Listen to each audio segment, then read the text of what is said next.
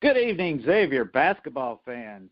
It is the RaGing X Report with Jim Reeker and Bill Gabriel.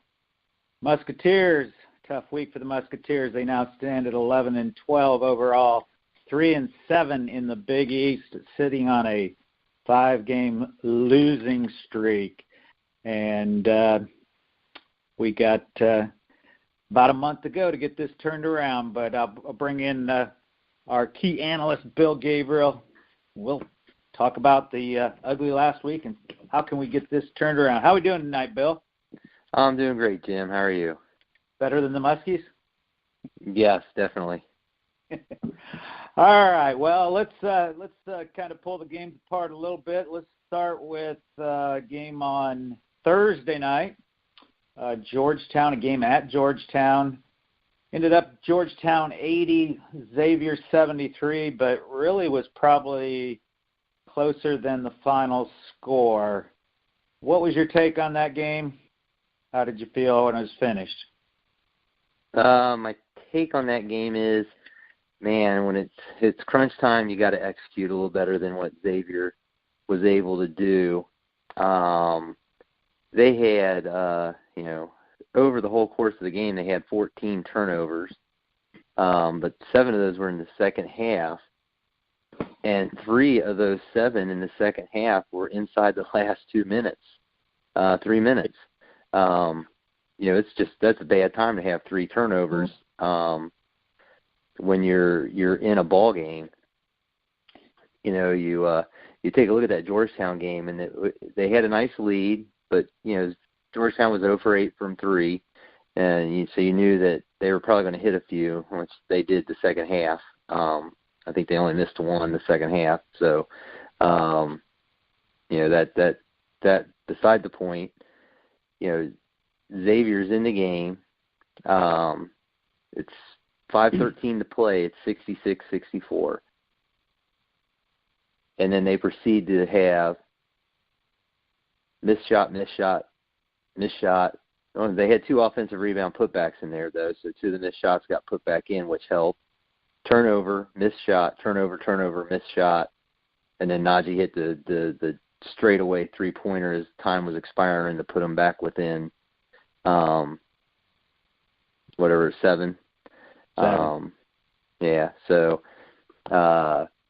That's just not a great end of the game. And I think if you took a look at every one of their missed shots and turnovers, you'd see 3-pointer made by Georgetown. It was just unbelievable. I had the same thing. I mean, you remember they started out the game, even though they had a few turnovers, they were still ahead. Remember, it was 9-0. Georgetown called timeout. Yeah. And they had a 10-point lead, I believe, at one time, and kind of 8-10 points, and actually, again, still had 7 turnovers in the first half. You felt like, man, they could really, if they would just take care of the ball, they could kind of stretch this out a little bit because, Georgetown was not hitting their shots, couldn't hit a 3. In fact, I'm thinking of the Creighton game, but they didn't have very many threes. And I know Akinjo, the freshman, who I'd seen play before, and he's a good player, great point guard. I don't think he had any points in the first half at all, and then he came back with 23 points in the second half.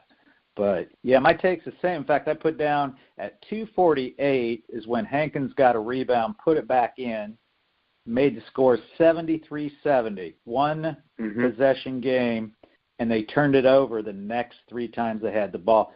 Made me think back almost like the Providence game. Remember when they got within 2, had 3 possessions, turned it over twice, and couldn't get a decent shot off? I mean, this team has some talent. And at times, they're not as offensively challenged. Again, they don't hit the 3 well, although they've been hitting the 3 better here as of late, especially open threes. They're not as offensively challenged, I think, as some people put them out to be. They're just so inconsistent, and the turnovers just kill them. If they could cut it in half, or even, again, we talk about 10 or 11, their record would be much different. So, it was a very frustrating game. I just sat there thinking they shouldn't have lost this game. No, not at all. And their problem, their turnovers lead to points for the other team. I mean, it's like when they turn it over, it's not a ball that goes out of bounds. It goes right to another player for the other team, and they immediately are in transition mode and get points out of it. Yeah, it's almost like ball handling skills sometimes that you think at this level should be basic things. Oftentimes you see them dribble down the floor and the ball just like they just flip it into the defender's hands. Like it's just very, very frustrating. Well, let's move on to the Creighton game. And, again, I had talked about last week when we were previewing this, I said the Big East did them no favors, scheduling 2 away games, different directions across the country, a late Thursday night. What that was, an 8 o'clock tip-off in Washington, D.C., Thursday night, and then back again for an early tip-off on Sunday. It was a noon tip or 1 o'clock here, but I guess noon out there. And then I never heard anything about it, read about it, though, but Travis Steele didn't make any excuse, but they were on the road for almost 12 hours because of weather delays. And I was reading, I couldn't even figure out they'd made 3 flights to different towns and then ended up finally having to bus in from about 2 hours out. I guess it was because of fog, but Creighton 76, Xavier 54. It was ugly. Yeah. They apparently, from what I read, they flew. Were trying to fly to Omaha, couldn't make it. They got moved to somewhere else, and the charter bus that they were on then had to drive to where they were at to get them to take them the rest of the way. So they had to even wait at the airport for that bus to arrive. Okay.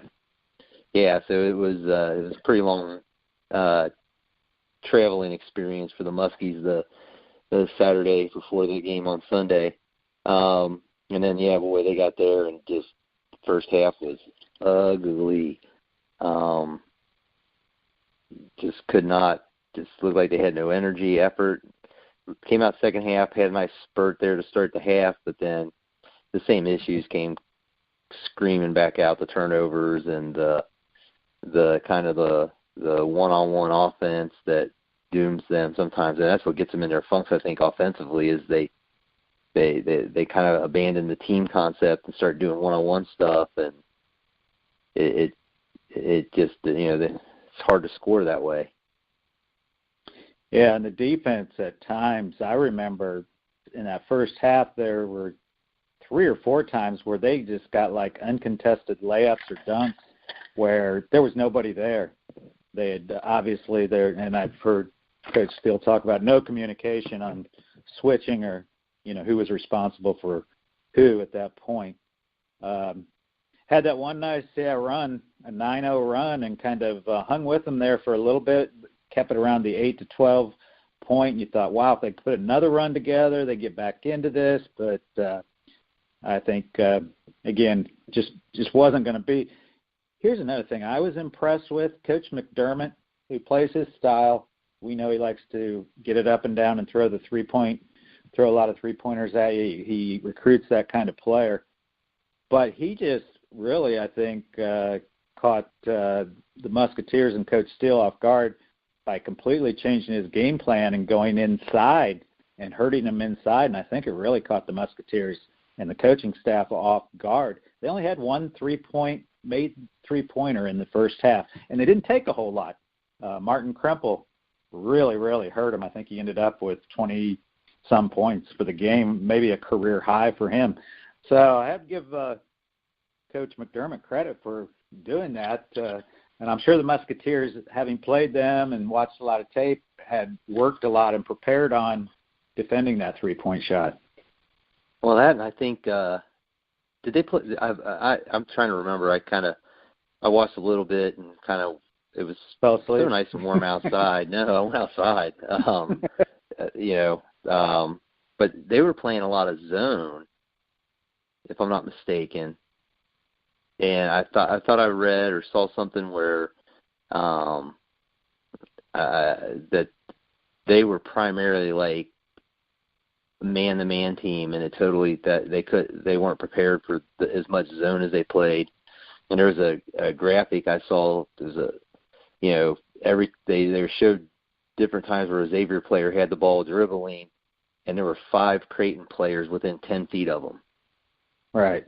And they couldn't, because they, pass around. They weren't, since they're not that great of a 3-point shooting team, they rolled the dice on that, and it worked out for them. And if I was thinking about that as I remember, they kind of did that where they covered up everybody last year at Creighton, and they forced Quentin Gooden to beat them, and he did.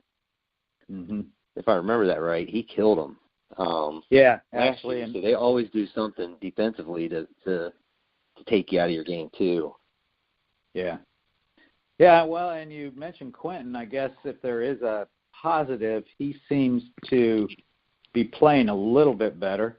In fact, I was looking, I kind of, sometimes I forget, bad shots in my mind sometimes are turnovers, and sometimes he takes some bad shots, and you think, but I think he only had 1 turnover yesterday, and actually he led the team with 13 points and had 7 assists, so it looks like he's starting to get back in it.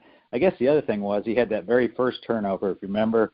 They came down and the guy just. Yeah, I thought he had 3. I might have had 3. Maybe it was 1 against Georgetown. So he seems to be playing a little bit better, and hopefully I think that's the key, that he's going to have to up his game a little bit and get back into a groove. Sometimes I think, watching him play, sometimes I think he just plays a little lackadaisical. Doesn't do things, just, mechanically the way you should. Back to the fundamentals, catch the ball with 2 hands, make sure the pass is, good, crisp pass. That's what I see a lot of times, that seems like the Musketeers have guys open for open shots, but the pass sometimes is so bad that they have to readjust to even get the shot. By then, maybe the defender's recovered and they can't get the shot off. That's just something. I see that a lot, especially with open 3-pointers. You think, wow, this guy's wide open, but the pass is low or off to the side, and he's got to kind of readjust to grab it, and he's not in a shooting position. And then by the time he, readjusts and squares himself up to the basket, that, the defender's there. So, well, we're at a low point here. And I asked the question, and just interesting, I think, because at any time when you're in a point like this where the season's gone south, you kind of question, and here's my question, and I think we've seen it a little bit in the last 2 games anyway, should Coach Steele be playing some of the younger players that haven't played much this year? And I point to Elias Harden, Keontae Kennedy, Dontarius James.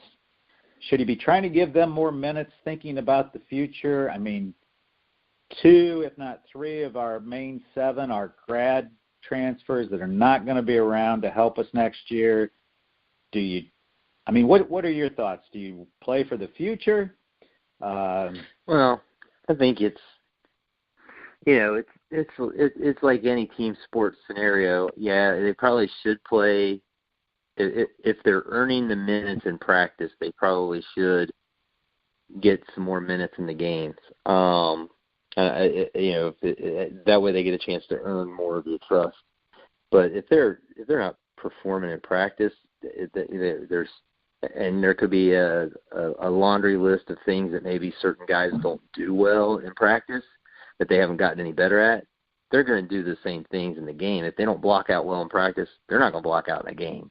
And that's the risk. Maybe, we don't know what the specifics are on each person there. We're just kind of hypothesizing here.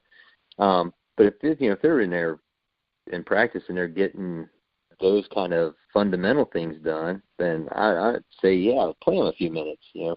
Of course, you don't know. You read the message boards, and this guy's got insider info, and 3 guys are transferring, and it sounds like it's those 3 guys who aren't getting to play a whole lot. I don't know. You read into that stuff. Sometimes you got to go through your comeuppance when you're a freshman. You don't play a whole lot, but it's just part of the process. Because there's been plenty of great Musketeers who did not play a whole lot as freshmen who ended up having solid careers. And they probably weren't real happy about it when they were freshmen, but they paid their dues, and they got better and did what needed to be successful. So kind of the same for these guys. You got to do what it takes to be out there. Yeah, I think a couple things. Number one, after your freshman year, you get into a true weight program and put on the needed muscle to play at this level. And I think also you almost have to – it takes different guys time periods to play at the speed of the game, because obviously the college game, especially Division I, is a lot faster than high school basketball most places. As you know, you and I have sat down low sometimes, almost courtside, and when you get down there, you understand how physical and fast the game really is. It's hard to appreciate on television or even when you're sitting up higher in the arena, but when you're right down there, you're like, wow. I mean, these guys are physical and they're very athletic and fast, and I think sometimes that's the problem. And but once that you've seen it for a year, it depends on what are you going to do that summer to correct that. Again, get in the weight room, put up a lot of shots, and probably play some summer leagues against some other Division I players so you can get up to speed. Well, I'm sure there's been some interesting meetings between coaches, players. I'm sure that there's a lot of things turning at the Xavier campus on Victory Parkway the last day or so, and probably the rest of the week. And maybe this week off is a good time. At least they'll have time to practice, maybe rethink some things.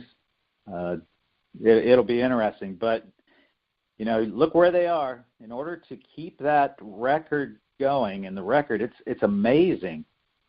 It was the 1981-82 season. That's 37 years ago was the last time the Musketeers did not finish 500 or above in their league play. And actually, I looked it up in 1981-82. They went 1-11 in the MCC. So they're not going to beat that record. Actually, 2 years before that, 79-80, their very first year in the MCC, very first time they were in a conference, they didn't win a game. They were 0-5. There were only 6 teams in that initial league, the MCC, when it started, and they lost every game in that league, but of course progressed. But in order to reach that 500 mark and keep that string alive, they're going to have to go 6-2 in the last 8 games. Do you think they can do that? Well, as a fan of the Muskies, yeah, I think they can. As a observer of how things have gone over the last couple weeks and various times this season, they may struggle to win 3 or 4 of these last 8, just because of who they got coming, and it's you got that combination of factors. The Muskies are playing to preserve, maybe this record, finish 500 or better in the conference, and the teams that are coming in to maintain their position in pecking order, not only in the Big East standings, but the NCAA tournament. And they don't want to, they don't want to pick up a loss to Xavier if they can avoid it, because that hurts their overall picture, and so they're playing hard. You got Marquette coming in, and St. John's is going to be coming in, and they're playing for their conference. They got to go to St. John's. I mean, it'll be a challenge for them to win that many games out of these last 8. Yeah, well, what I look at is just looking at the schedule I have pulled up in front of me. I don't think, especially with a week off to prepare, I don't think you could probably ask for a better schedule the way it is. Again, Villanova, still got Villanova, but that's going to be at home. Got St. John's, they're home and away, and Butler at Hinkle's very tough. But I look at those first 4 games, DePaul. DePaul's a team you can beat because you beat them on the road. And you're going to have them at Cintas with a week off. You think if they're serious about it, they prepare, they could do that. And you got Creighton at home. Again, and Creighton's sometimes doesn't play real well on the road. I think a lot of that is their style of offense. And when they're in a different gym and a different environment, sometimes the three-point shots aren't falling, although, as we saw yesterday, if they play that way, they don't have to. And then you got Providence. It's at Providence, but you remember Providence, we should have won at Cintas. It's a team we know we can play with. And followed by Seton Hall, same thing. I think both of us left that Seton Hall game. That was a game they led by 10 points in the second half. So I think those first 4 games are very winnable, and sometimes when you get a little momentum, and then you're coming back home to play Villanova. So I would hope, and I hope the Xavier faithful remains loyal, which I know they will, but I hope they can do it. But it's not going to be easy, and I think the thing that concerns me when we say can they do it, yeah, they have the ability, but it's just that word that keeps propping up all this season is just inconsistency. If they could just be consistent, they would be much, much better. Well, let's take a quick look at the Big East. Villanova and Marquette have just distanced themselves out. Villanova right now is 9-0, Marquette 8-1. 2 big games coming up this week. Tuesday, St. John's, who gave Marquette their only loss, will be at Marquette Tuesday night. That's a big one. And then on Saturday, you have a really big game in Villanova at Marquette, the 2 top dogs at the top. Here's the key, though, that I look at, this because I think the season's still salvageable, in the fact that right now, even though the Musketeers are 10th, and they are 10th, they have the worst record at 3-7 right now, but Georgetown sits 4-5, and they are in 3rd place, tied with Creighton and St. John's. That's only a game and a half. So I look at it, they're a game and a half out of 3rd place with 8 games left. So, it's not like some miraculous thing has to happen, and everybody's got to play everybody, and all those teams in the middle are going to be playing each other. If the Musketeers could just get things figured out and play consistent, I think they can turn this season around. Your thoughts on that and overall in the Big East? What if the Musketeers do finish 3rd? Of course, if they finish 3rd, they might have a big win over Villanova. I don't know. This is going to be tough to make the NCAA. Even if they finish 3rd, I think they would still be on the bubble and have to do something in the tournament anyway. Oh yeah, I think if they finish, they have to make it to the finals and probably win them. Even if they pull off a big Villanova victory at the Cintas Center, I just think they need to have more on their resume, and it may include, they just might need that automatic bid to get it. But even if they'd win out right now, they'd only have 19 wins. Yeah. So, and I always think you got to almost have 20 coming from a major conference and at least a 500 record. And again, they could have the 500 record and still only have 17 wins. So, well, I look at it, it's due time. It's do or die time, basically. I mean, they're pushed into a corner. It's, they either get it figured out or this is going to be a season that they're going to have to use for motivation in the future. Well, let's look real quick at the next opponent up on Saturday, a Saturday night game. I don't know if we've had a Saturday night game this year, at least haven't in the conference schedule. DePaul Blue Demons, who've had a decent season. I'm not even sure what their overall record is. I think they're 4-6 in the Big East. So they're probably sitting somewhere about probably about 14-9 maybe overall, something like that, which is a really good year. I know the people at DePaul are excited because, of course, they have been the team where Xavier is right now at the bottom of the rung pretty much since the new Big East reorganized with the Catholic Seven and bringing in Xavier, Butler, and Creighton. So refresh our memory. Who do we have to worry about for the DePaul Blue Demons? Well, when it comes to the DePaul Blue Demons, you better know where Max Struess is, because if you don't, he'll kill you. Good shooter, good player. Really a big guard. I mean, he's 6'6". That's really a tall shooting guard for DePaul. So you got to know where he is. And then, their last win over Providence that they had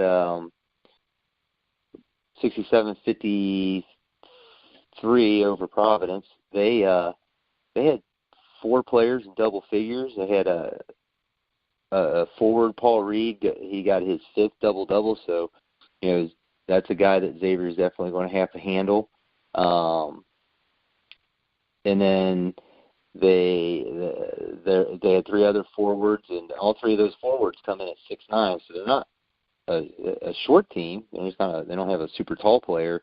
They got a 6'10" guy, I think, on the roster, plays a little bit, but everybody's around that 6'9", 6'6". They got a couple guards that one returning from the injury they suffered last year. Devin Gage, he's logging a lot of minutes and starting to play a lot better.